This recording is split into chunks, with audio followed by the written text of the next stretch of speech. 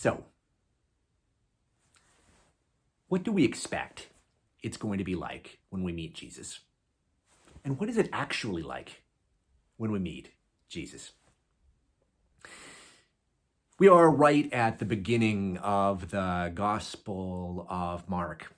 Mark is the shortest of all the Gospels. It's probably the oldest of all the Gospels, and it is the one that tells the story of Jesus with the most urgency.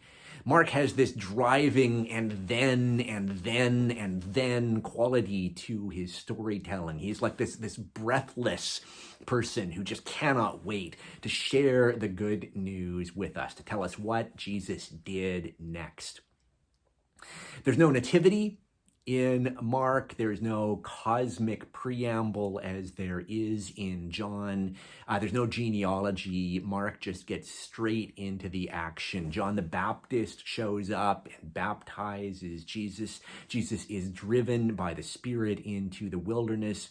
Jesus recruits Andrew and Simon and James and John as his disciples. And then the scene that we encounter today happens. We're still within the first chapter of the book of Mark.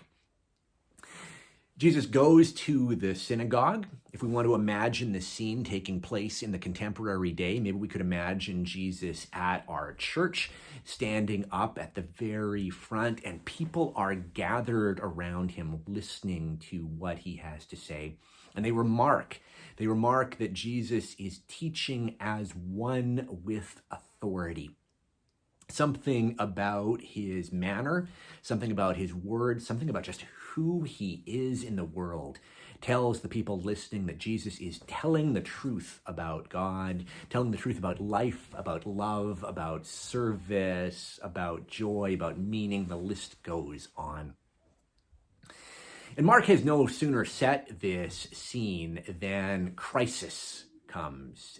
There is this interruption. The door flies open, and into the worshiping space walks this man with an unclean spirit. He shows up like a lightning bolt in the middle of the scene.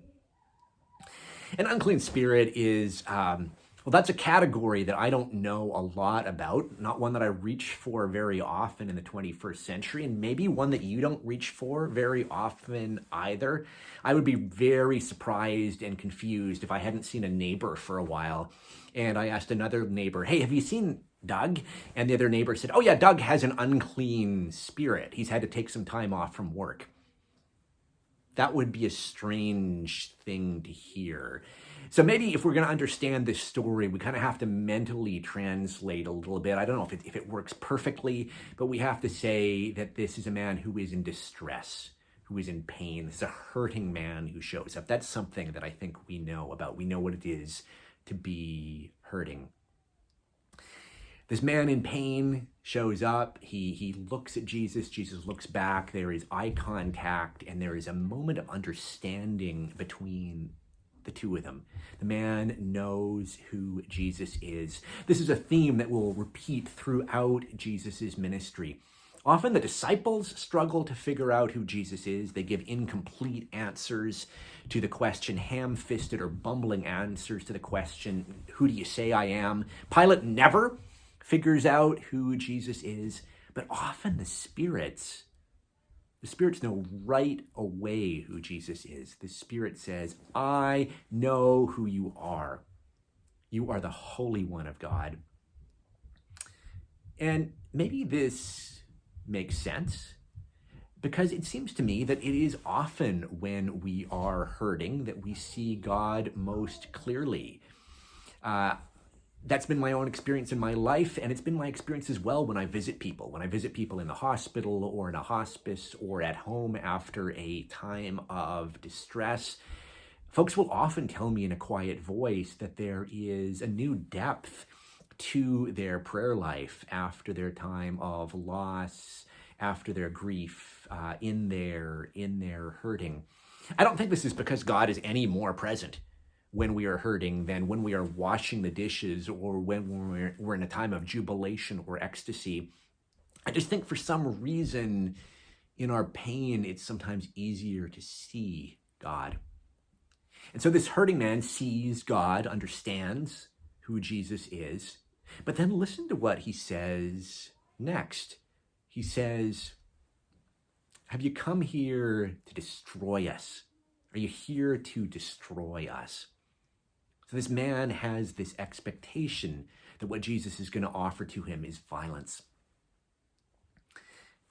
And maybe this also makes sense, because it seems to me that a lot of us have inherited this idea that when we encounter Jesus, what we are going to get from Jesus is rejection, is the harshest kind of judgment, is exclusion.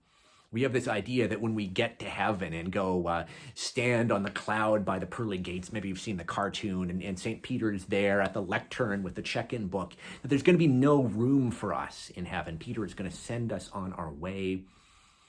We have this fear that what God is going to offer to us is violence. But that's not what Jesus offers to the man. The man expects violence. And what Jesus offers to him is healing.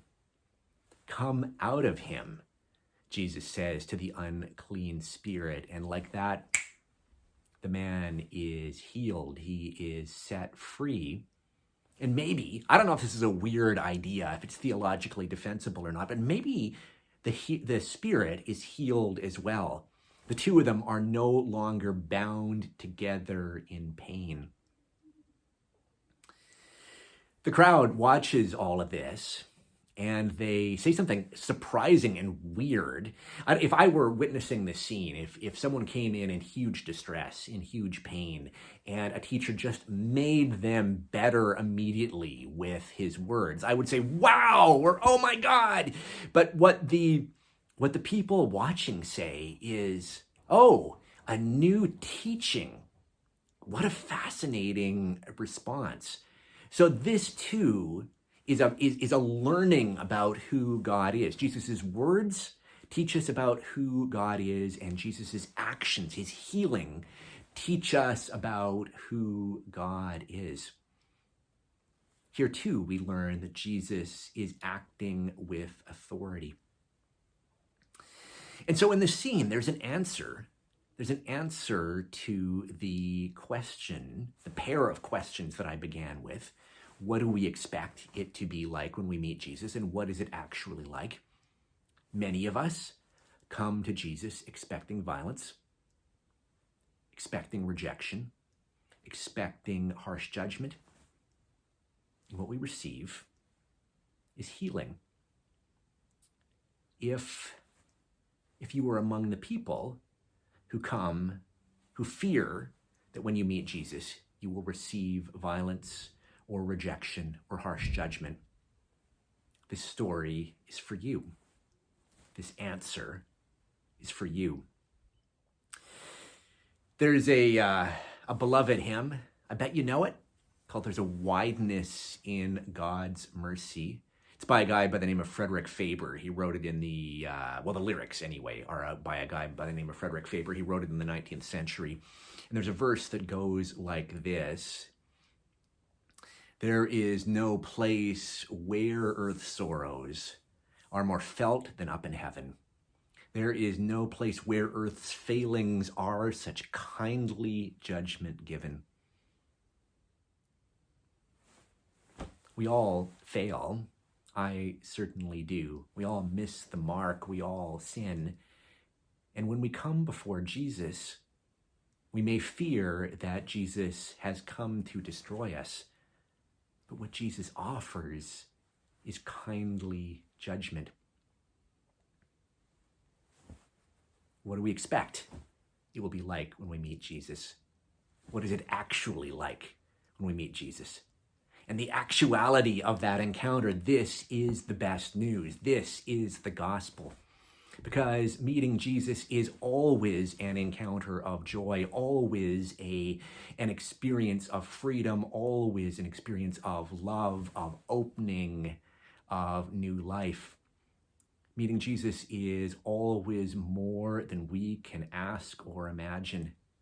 No matter what we expect, when we come before Jesus, what we will find when we meet him is love.